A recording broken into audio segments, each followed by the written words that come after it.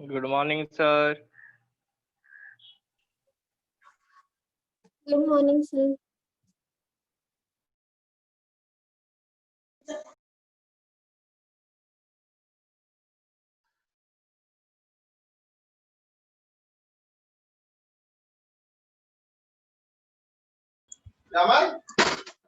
Good morning, sir.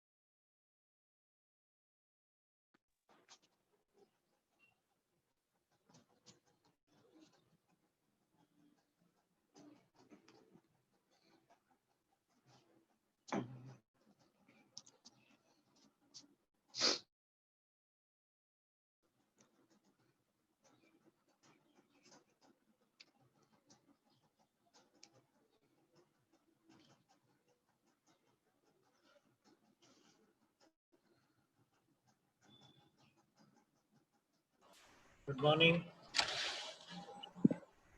Good morning, sir. Morning, sir. Morning, sir. Last class में क्या discuss किया था हमने? रैंडम एक्सेस खत्म हो गया था हमारा, CSMA-CD है ना। कंट्रोल एक्सेस हमको डिस्कस करना है। Yes, sir. मेरे ख्याल से उसके बाद खत्म हो जाएगी third unit. Yeah, yes, sir.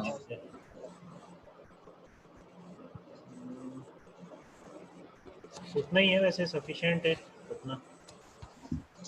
Third unit अच्छा थोड़ा सा, हाँ टोकन रिंग हम देख लिए हैं, कंपेयर्ड वायर्ड एंड वायरलेस। ठीक है, वो तो इतना कुछ हो नहीं है। मोस्ट इम्पोर्टेंटली यही एक टॉपिक आपका बच रहा है, रैंडम एक्सेस। इसको हम डिस्कस कर लेते हैं। सभी control good morning. Control access के बाद ऑलमोस्ट आपकी थर्ड यूनिट के सारे टॉपिक कवर हो जाएंगे। ठीक है, एक तो टॉपिक है वो रेयरली एग्जाम में पूछे जाते हैं। जो मेन फिर हमारा फोर्थ यूनिट रहेगा, नेटवर्क लेयर, उस पर हम मूव ऑन करेंगे, आईपी एड्रेसिंग। ठीक है, तो अभी तो थर्ड यूनिट स्टार्ट करते हैं। 2 मिनट वेट करेंगे, सभी आ जाएं, फिर स्टार्ट करते हैं।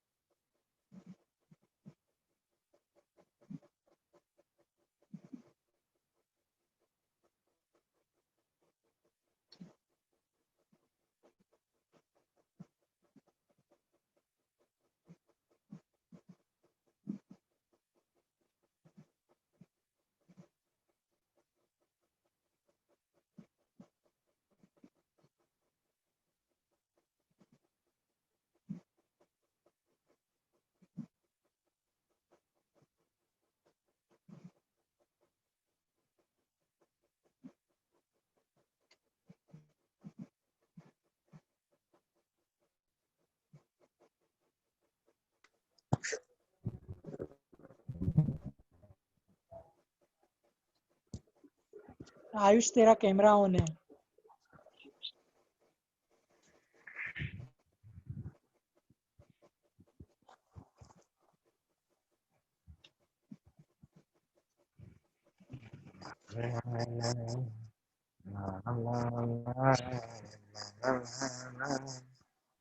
ऑन बेस प्ले स्टार्ट करते हैं, ठीक है? तेरा माइक ऑन है। क्या? हेलो, भी base yes sir.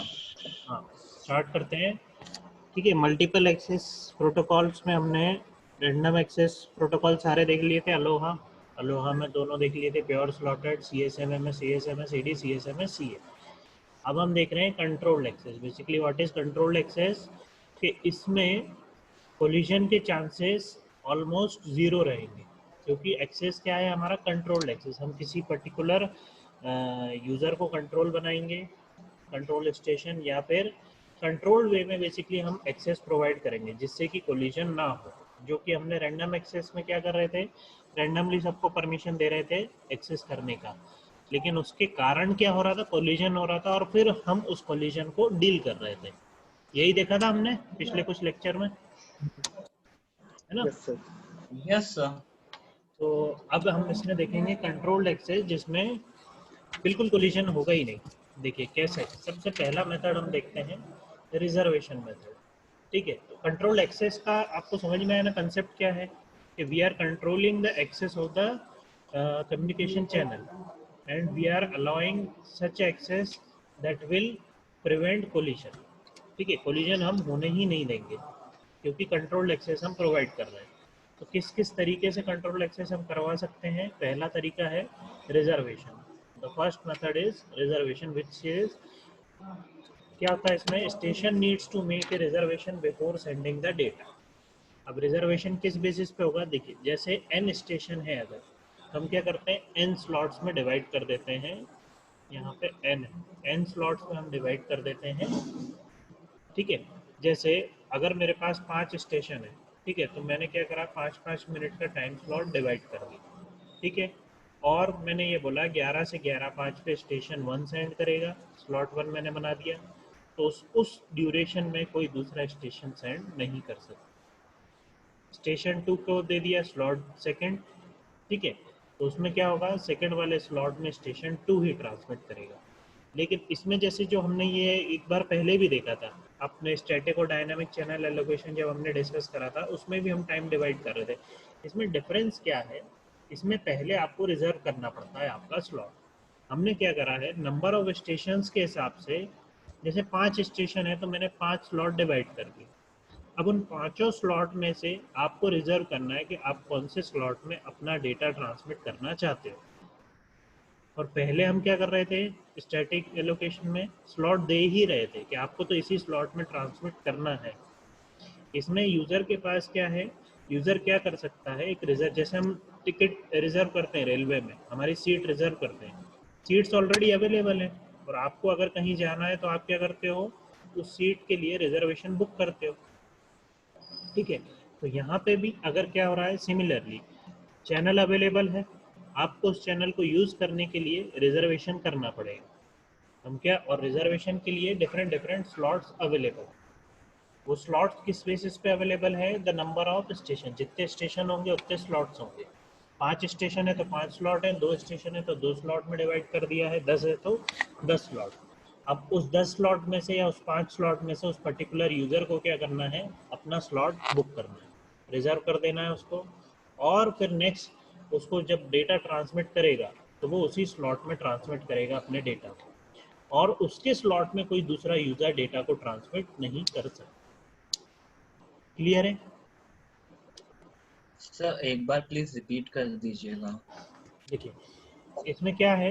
n station अगर है तो हम क्या करते हैं? n स्लॉट्स के इंटरवल बनाते हैं, n स्लॉट्स के टाइम इंटरवल बना देते हैं। जैसे 11 से 11:30 में, है ना, हमने क्या करा? 5-5 मिनट के 6 स्लॉट बना दिए, ठीक है? अब जैसे 11 से 5 स्टेशन 1 ने बुक कर लिया कि मैं 11 से 11 के बीच में, 11 से 11:05 के बीच में ट्रांसमिट करूंगा मेरे डेटा।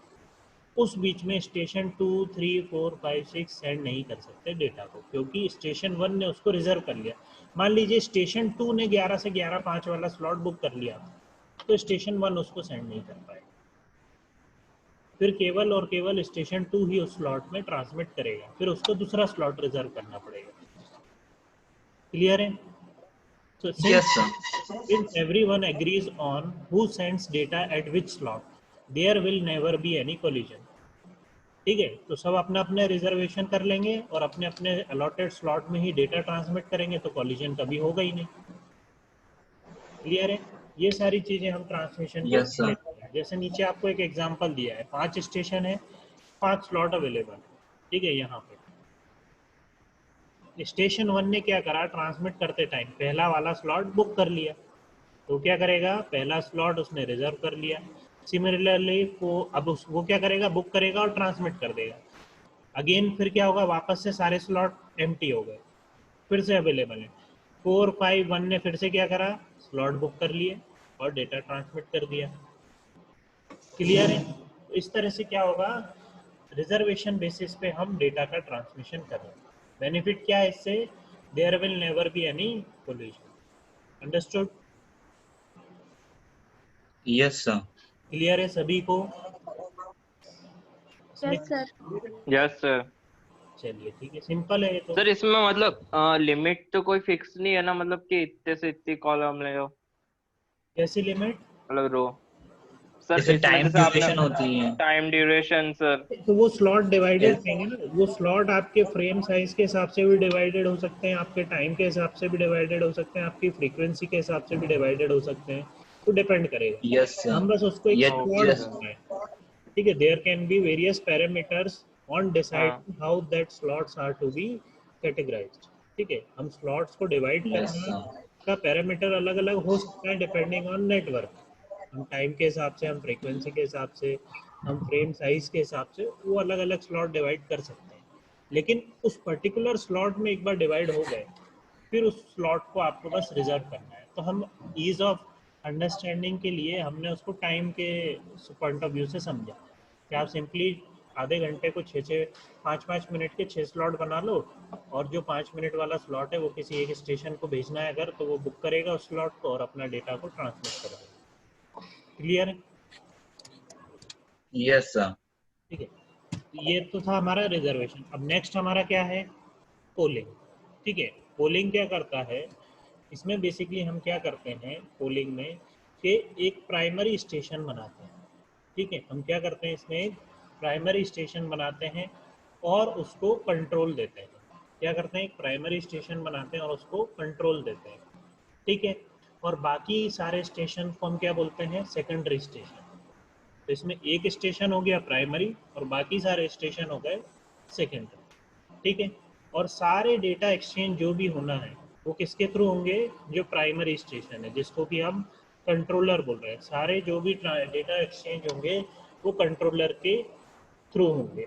ठीक है, तो इसमें 2 केस होंगे, पहला जब primary has data to send और दूसरा when other station has data to send. ठीक है, तो जब प्राइमरी डेटा सेंड करना चाहता है और जब दूसरे स्टेशन डेटा को सेंड करना चाहता है। ठीक है, तो सबसे पहला केस जब प्राइमरी डेटा को सेंड करना चाहता है तो वो क्या करता है, जिसको एक सिलेक्ट मैसेज भेजता है। क्या करता है, एक सिलेक्ट मैसेज भेजता है। सिलेक्ट मैसेज क्या कंटेन करेगा, उस पर्टिकुलर डेस्टिनेशन का डेस्टिनेशन एड्रेस, जिस भी यूज़र के लिए उसने डेटा को भेजा है उसका एड्रेस कंटेन करेगा। लेकिन इसमें क्या होता है कि वो मैसेज जो सिलेक्ट मैसेज है वो जाता तो सभी के पास है, जाएगा तो वो ए के पास भी, बी के पास भी, सी के पास भी, मल्टीपल यूजर्स अवेलेबल है तो सभी के पास जाएगा। लेकिन जिसके लिए इंटेंडेड होगा वही केवल उसका एक्नॉलेजमेंट भेजेगा। जैसे यहाँ पे थोड़ा सा डायग्राम गलत बना हुआ, यहाँ पे क्या होगा, अगर ए के पास जाएगा तो यहाँ से वो क्या भेज देगा, उसका नेगेटिव एक्नॉलेजमेंट। क्या भेज देगा, नेगेटिव एक्नॉलेजमेंट। और जब बी के पास जाएगा, अगर बी के लिए इंटेंडेड है तो बी उसका एक्नॉलेजमेंट भेज देगा और फिर उन दोनों के बीच डेटा ट्रांसमिशन स्टार्ट हो जाएगा। क्लियर है? Yes, sir. क्लियर है? अब Yes, sir. पहला केस क्लियर है ना, जब प्राइमरी स्टेशन को डेटा भेजना है तो क्या करता है, डेटा भेजता है। जिस पर्टिकुलर यूज़र के लिए वो डेटा है केवल वही उसका एक्नॉलेजमेंट भेजेगा, क्योंकि डेस्टिनेशन एड्रेस उसी का लिखा रहेगा। ठीक है, जाएगा डेटा सबके पास में, बाकी सब क्या कर देंगे, उसका रिजेक्ट मैसेज भेज देंगे या नेगेटिव एक्नॉलेजमेंट भेज देंगे कि हमें ये डेटा नहीं चाहिए, और जिसको चाहिए वो उसका एक्नॉलेजमेंट भेज देगा। ठीक है। सेकंड केस में क्या होता है, जब when other station has data to send, जब दूसरे स्टेशन को डेटा सेंड करना है तो प्राइमरी मैसेज क्या करता है, सबसे पहले एक पोल मैसेज को रिलीज करता है। क्या करता है, एक पोल मैसेज को रिलीज करता है सभी सारे उनके पास में। Hello, yes sir. आवाज आ रही है मेरी? सर सर वो अभी बीच बीच में में प्रॉब्लम कट हो आ गई गई थी। थी। हाँ, यस सर। मैसेज है। ठीक है, तो अभी आ रही है क्लियर आवाज? Yes yes sir. सर आ रही यस सर अभी आ रही है। ठीक। तो यस। अब सेकंड क्या केस, जब बाकी स्टेशन डेटा को सेंड करना चाहते हैं तो उसके लिए भी हमें प्राइमरी स्टेशन को ही बीच में लाना पड़ेगा। तो सबसे पहले प्राइमरी स्टेशन क्या करता है, एक पोल मैसेज भेजता है सारे यूजर्स को। पोल मैसेज का क्या मतलब है कि if any user has any data to send, वो क्या करेगा, उस पर वो पोल मैसेज को एक्सेप्ट करेगा और डेटा जो भी उसको भेजना है वो क्या करेगा, उस डेटा को भेज देगा। ठीक है, वो क्या करेगा, जो जैसे यहाँ पे ए, इसने पोल मैसेज ए को पहुंचाया, ए को डेटा नहीं भेजना था तो उसने उसका नेगेटिव एक्नॉलेजमेंट भेज दिया। वही पोल मैसेज बी के पास गया, बी ने क्या करा, उसको डेटा कोई भेजना था तो उसने उस डेटा को भेजा।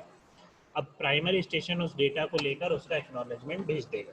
हो सकता है वो डेटा इधर से वो किसी दूसरे यूजर के लिए हो, सी के लिए, तो प्राइमरी यूजर के थ्रू ही सी पे पहुंचेगा। बी डायरेक्टली किसी सी को डेटा नहीं भेज सकता, उसे सी पे डेटा भेजना होगा तो वो प्राइमरी के थ्रू ही भेजेगा।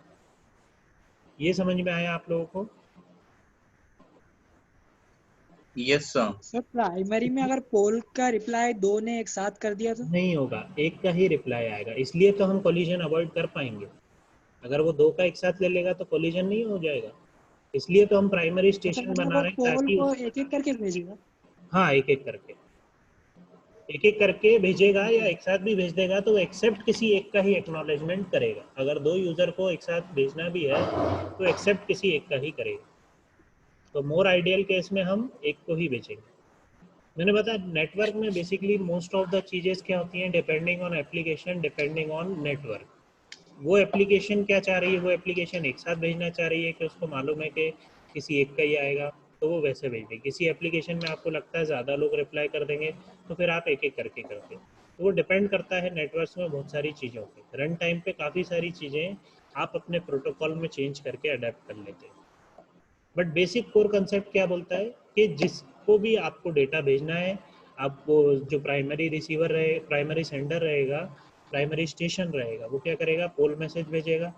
जिसको भी डेटा भेजना है उस पोल मैसेज के लिए वो एक्नॉलेजमेंट भेज के कैसे भेजेगा, डायरेक्ट डेटा भेज देगा उसके साथ, और फिर प्राइमरी उसका एक्नॉलेजमेंट भेज देगा एक के यस नाउ यू कैन। जो भी अगर उसको आगे और ट्रांसमिशन करना है तो आगे ट्रांसमिशन करेगा। लेकिन दोनों ही केसेस में आपको प्राइमरी स्टेशन के थ्रू ही डेटा ट्रांसमिट करना है। क्लियर है? ऐसा हम क्यों कर रहे हैं, क्यों प्राइमरी स्टेशन बनाना है, ताकि आप कोलिजन को अवॉइड कर सकें। ठीक है, तो कंट्रोल एक्सेस बेसिकली क्या है, जिसमें कि बिल्कुल भी कोलिजन ना हो। क्लियर है सेकंड मेथड? देखो इसको और आगे डिटेल में क्या होगा। क्या हो रहा है कि before sending the data it creates and transmit A select frame, है ना। तो ये किसके पास जाएगी, जो भी सेकेंडरी, जिसमें इंटेंडेंट सेकेंडरी स्टेशन का एड्रेस होगा। ठीक है, if intended secondary is ready it sends N acknowledgement and data is send.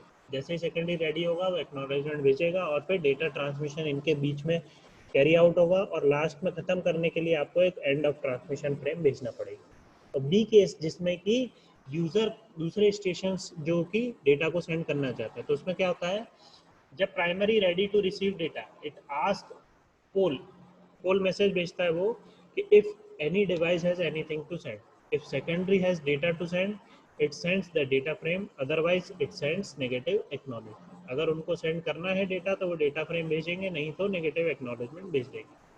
क्या पॉसिबिलिटी हो सकती है, either the secondary sends all data and sends end of the transmission frame, या फिर प्राइमरी से टाइमर इज अप। ऐसा भी हो सकता है कि प्राइमरी टाइमर भी अप कर दे। अगर कोई एक्नॉलेजमेंट नहीं आता है तो वो अपना टाइमर अप कर देगा, और फिर नेक्स्ट स्लॉट में जब भी वो पोल भेजेगा तब वापस से उसको ट्रांसमिट करना पड़ेगा। क्लियर है? सेकेंड वाला कंट्रोल्ड एक्सेस मेथड क्लियर है सभी को?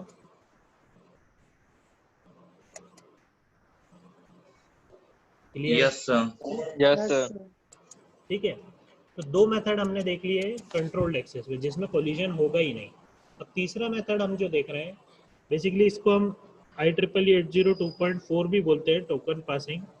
ठीक है, इसमें बेसिकली क्या होता है कि हम stations are connected logically to each other in the form of ring, and access to channel of each station is govern by token.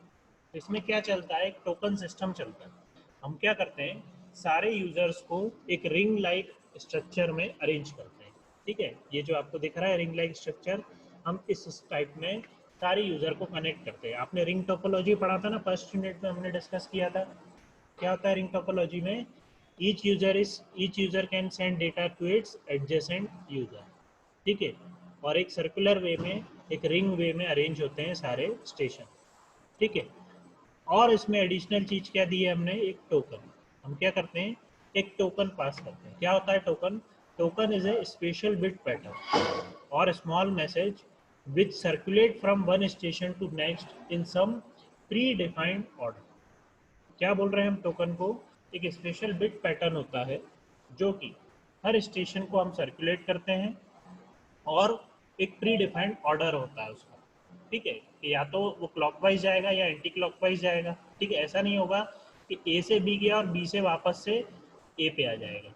ठीक है, अगर क्लॉकवाइज चला रहे हैं तो वो क्लॉकवाइज जाएगा, एंटी क्लॉकवाइज चला रहे हैं तो वो एंटी क्लॉकवाइज जाएगा। अब क्यों हम टोकन पास कर रहे हैं, टोकन का बेनिफिट क्या है? हम क्या करते हैं, देखिए यहाँ पे क्या दिया है, एक स्पेशल बिट पैटर्न। सबसे पहली कंडीशन इसमें क्या है कि जिसके पास टोकन होगा वही डेटा को सेंड कर सकता है। ठीक है, अगर जिसके पास टोकन होगा, इसलिए हम ये टोकन को, क्योंकि हम नहीं चाहते अगर मान लो टोकन नहीं होगा तो ए को अगर डेटा सेंड करना है ए सेंड कर देगा, बी को करना है बी सेंड कर देगा, तो फिर क्या होगा, कोलिजन होगा। तो कोलिजन को अवॉइड करने के लिए ही हम टोकन पासिंग सिस्टम अपनाया। तो उसमें क्या बोलते हैं हम कि जिसके पास टोकन होगा वही डेटा को सेंड कर सकता है। और टोकन में हमने क्या बोला है, स्पेशल बिट पैटर्न। जैसे टोकन मान लो 3 बिट का टोकन है। ठीक है, 3 बिट का टोकन है। पहली बिट क्या कंटेन करेगी, जो भी उसका क्या टोकन यूज्ड है या नहीं है। तो अगर 0 है यहाँ पे तो इसका मतलब है टोकन अभी फ्री है। ठीक है, और अगर 1 है यहाँ पे तो इसका मतलब अभी टोकन किसी यूजर ने यूज कर रखा है। यहाँ पे दूसरे में क्या होगा, डेटा होगा। तीसरे में क्या होगा, या तो डेस्टिनेशन एड्रेस, कुछ भी हो सकता है, कोई भी स्पेशल बिट पैटर्न हो सकता है। ये मैंने एक एग्जांपल आपको बताया। ठीक है, तो बी के पास मान लीजिए टोकन आया, बी ने देखा यहाँ पे 0 है, तो बी क्या कर देगा, इस 0 को 1 करके टोकन को एक्सेप्ट कर लेगा और अपना डेटा, जो भी उसकी डेटा फ्रेम होगी, इस टोकन के साथ में अटैच कर देगा। और जो भी डेस्टिनेशन एड्रेस होगा, जिस भी मान लो उसको डी पे भेजना है, तो वो डी के लिए इंटेंडेड है वो डेटा। आया समझ में आप लोगों को क्या कर रहे हैं हम? आया समझ में?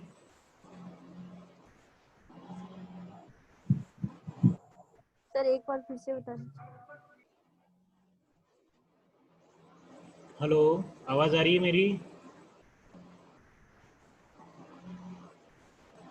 हेलो सर थोड़ा सा कंफ्यूजन हो रहा है। देखिए, कंफ्यूजन को आप Yes, sir. सिंपल देखिए कि आप यूं समझ लिए, आप 4 दोस्त डाइनिंग टेबल पे बैठे हैं, हम गेम खेलते हैं ना, बॉटल घूमती है, बॉटल जिसके पास आता है यस सर। उसको बोलने का बता है। इसमें भी वही चीज हो रहा है। हम इसमें आप सबको सर्कुलर में नेटवर्क कनेक्टेड हैं, आपके जिसके पास एक टोकन सर्कुलेट करते हैं हम नेटवर्क में, जिसके पास भी टोकन आता है केवल वही डेटा को सेंड कर सकता है। इसलिए हमारे प्रोटोकॉल का नाम भी टोकन पासिंग है। ठीक है, क्या बोलता है ये कि जिसके पास भी टोकन है वही डेटा को सेंड कर सकता है। अब टोकन क्या है, टोकन एक स्पेशल बिट पैटर्न है। ठीक है, जिसके साथ में हम हमारे डेटा को अटैच करते हैं, ताकि जब वो टोकन नेक्स्ट स्टेशन के, अभी देखिए सबसे पहले क्या हुआ, बी के पास टोकन आया, बी ने क्या करा, उस टोकन में 0 बिट जो थी उसको 1 कर दिया, मतलब अभी ये टोकन एक्वायर हो चुका है। 0 से 1 बिट करने का मतलब क्या है, ये टोकन एक्वायर हो चुका है।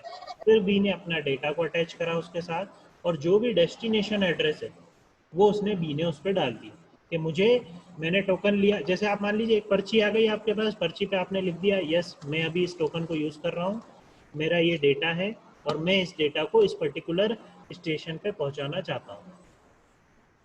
आया समझ में आपको? तो उसने टोकन में ये Yes, sir. कर दी। अब जब सी के पास वो टोकन पहुंचेगा तो सी क्या करेगा, टोकन को देखेगा।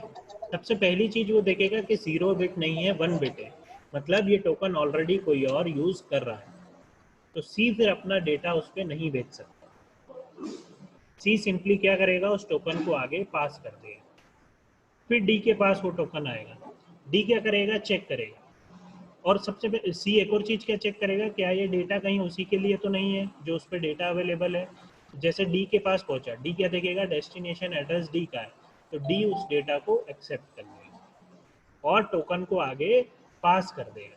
लेकिन अभी भी टोकन को 0 जो 1 बिट की थी, वो जो रिसीवर है, जैसे बी को और मान लो अगर डेटा भेजना है तो वो फिर से डेटा भेज सकता है, लेकिन जिस सेंडर ने 0 से 1 बिट करा था वही वापस से 1 से 0 करेगा।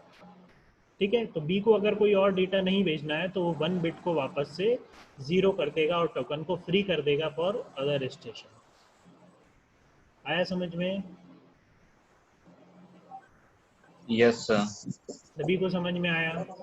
नहीं तो ऐसा क्या होगा, अगर ये सिस्टम हम नहीं रखेंगे तो बी ने टोकन भेजा आगे, तो सी वाला क्या कर देगा, बी के डेटा को हटा देगा, डिलीट कर देगा, और सी 0 से 1 खुद ले लेगा और अपना डेटा भेज देगा। हो सकता है ना? Yes, sir. तो उसके लिए हम क्या करते हैं, जो सेंडर है सबसे पहले जो एक्सेप्ट करता है टोकन को, वही वापस से उसको फ्री कर सकता है। ठीक है, और जिसके पास टोकन होता है केवल वही डेटा को भेज सकता है। आया समझ में आप लोगों को? आया समझ में?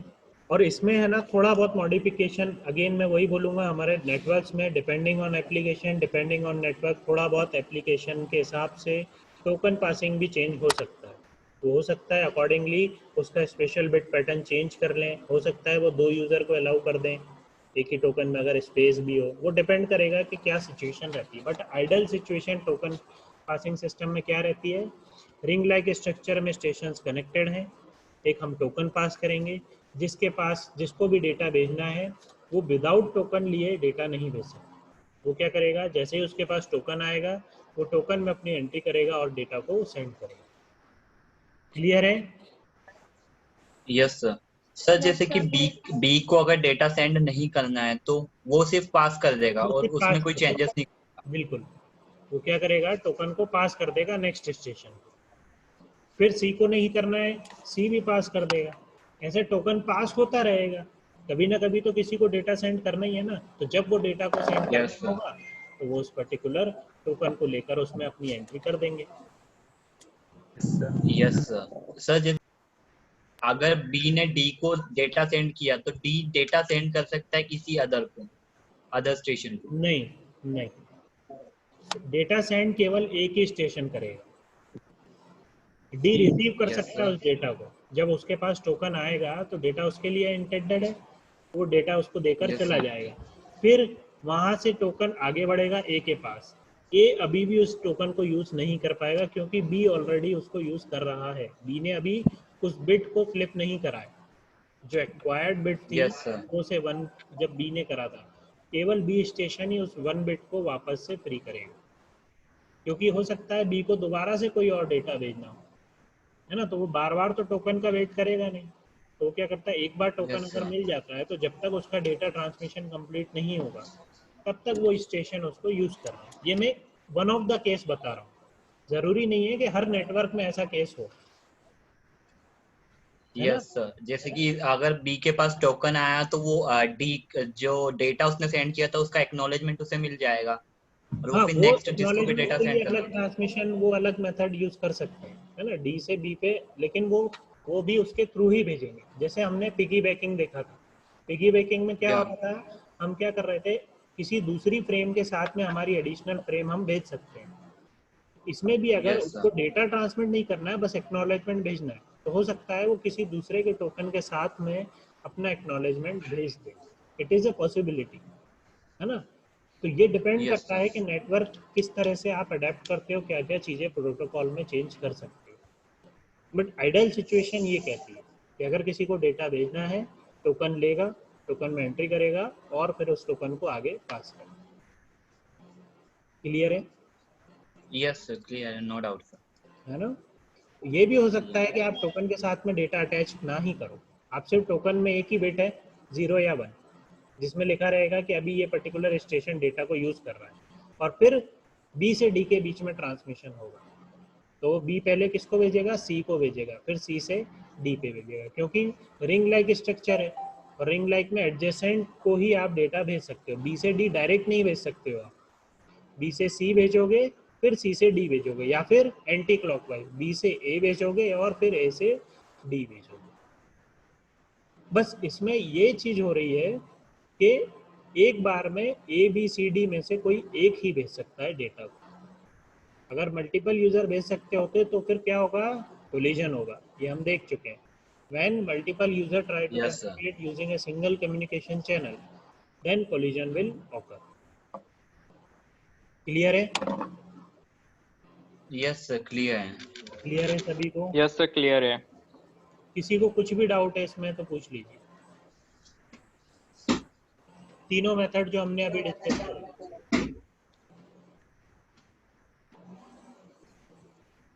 किसी को कुछ भी डाउट है तो सर रिजर्वेशन में सिर्फ एक ही कंफ्यूजन आ रहा था, जैसे कि ब्लॉक्स होते हैं ना, तो उस ब्लॉक्स को की लिमिट होती है कि इतने ही ब्लॉक तक वो सेंड कर सकता है डेटा, या इतने ब्लॉक तक, उसके बाद उसको सेकंड टाइम मतलब फिर नेक्स्ट टाइम के लिए वेट करना पड़ेगा। नेक्स्ट टाइम के लिए वेट करना पड़ेगा, बिल्कुल।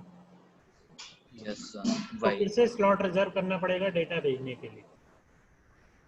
यस सर, मतलब कि लिमिट होती है डेटा की, इतना डेटा आप सेंड कर, इतनी टाइम फ्रेम्स आप भी अटैच। मेंटेन होता है कि अगर आपका डेटा अगर मान लीजिए एक ए यूजर है जिसको 100 फ्रेम सेंड करना है, और एक बी यूजर है जिसको 2 ही फ्रेम सेंड करना है, तो क्या वो ए के 100 फ्रेम सेंड होने का वेट करेगा? और उसको तो 2 ही फ्रेम सेंड करना है। ये भी एक कैपिंग भी लगाई जाती है कि एक पर्टिकुलर टाइम तक ही हम अलाउ करेंगे एक सिंगल स्टेशन को सेंड करने के लिए, ठीक है। यस सर, वो जब एज एंड व्हेन रिक्वायर्ड वो हम अडेप्ट करते हैं प्रोटोकॉल्स में, वो हमें मॉडिफिकेशन करना पड़ता है। ये आइडियल केसेस है कि ये होगा, उसको आप फिर चेंजेस अपने अकॉर्डिंग एप्लीकेशंस के अकॉर्डिंग होते जाते हैं। बिल्कुल बिल्कुल, ये कंप्यूटर नेटवर्क्स में हर जगह एप्लीकेबल होगा, हर जगह Yes, sir. एप्लीकेबल होगा कि जो प्रोटोकॉल्स होते हैं, कुछ एक फिक्स प्रोटोकॉल्स होते हैं। मोस्ट ऑफ द प्रोटोकॉल्स में आपको, क्योंकि देखिए नेटवर्क्स तो क्या है, टेक्नोलॉजी इवॉल्व हो रही है, तो हमारा नेटवर्क उस हिसाब से इवॉल्व हो जाता है। पुरानी चीज़ें क्या हो जाती हैं, हट जाती हैं। जैसे हमने अलोहा डिस्कस करा था, अब अलोहा फर्स्ट टाइम हवाई में जापान में यूज़ हुआ था, अब यूज़ नहीं होता है, बट उसका कोर कंसेप्ट तो हम यूज़ करते ही हैं ना। उसी को Yes, हम sir. आगे बढ़ा के उसी को हम लेकर चले, तभी तो हमें दूसरी नई चीज़ें मिली। तो हमने हमारी Yeah. रिक्वायरमेंट के हिसाब से, नेटवर्क के हिसाब से उसको अडेप्ट कर लिया बस। Yes, sir. Clear है। पहले आपने पढ़ा होगा, पहले इंटेल के प्रोसेसर आते थे डुअल कोर, फिर अब क्वाड कोर आने लग गए, 6 कोर आने लग गए, 8 कोर प्रोसेसर तक आने लग गए। तो पहले तो क्या 2 कोर के कारण आप डेटा ही उतना सेंड कर पा रहे थे, लेकिन अब मेरे सिस्टम की कैपेसिटी है कि मैं उससे 50 गुना डेटा ज़्यादा सेंड कर सकता हूँ। तो क्या मैं अभी भी पुराने प्रोटोकॉल ही यूज़ करूँगा डेटा को सेंड करने के लिए? नहीं करूँगा ना, मैं उन हाँ प्रोटोकॉल सर। को चेंज करूँगा as and when required according to the application. तो यहाँ पे भी वही होता है, लेकिन बेसिक कंसेप्ट वही रहता है। Yes, clear sir. है? Yes, sir. Yes. और किसी को कुछ भी डाउट है इसमें? सभी No, को sir. क्लियर है? Yes sir. Yes sir. 50 लोग कनेक्टेड रहते हैं, Yes, लेकिन sir. 5 लोगों की आवाज आती है बस। Yes, sir, clear है। Yes, sir. Yes, sir. Yes sir. ठीक है, Yes, sir. अब मैं 3rd यूनिट यहाँ पे खत्म करता हूँ। ठीक है, इसका एक शॉर्ट टेस्ट लूंगा और 1-2 क्वेश्चन में असाइनमेंट में आपको दे दूंगा, जैसे comparison of wired and wireless लैन।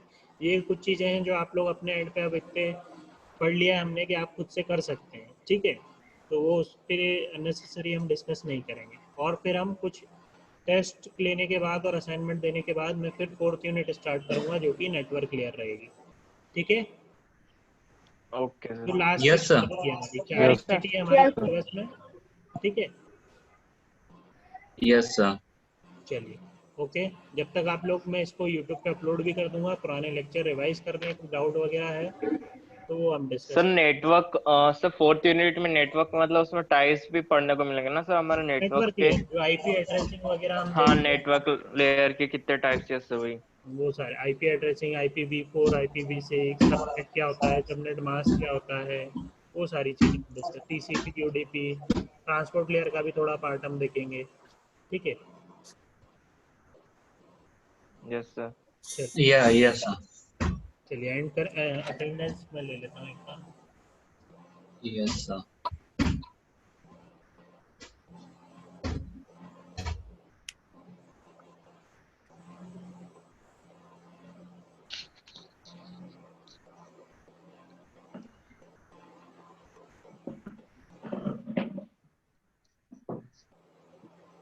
तो 3 यूनिट हमारी कंप्लीट हो गई है। किसी को कुछ भी डाउट है, मैंने सारे लेक्चर्स यूट्यूब पे अपलोड भी किए हैं।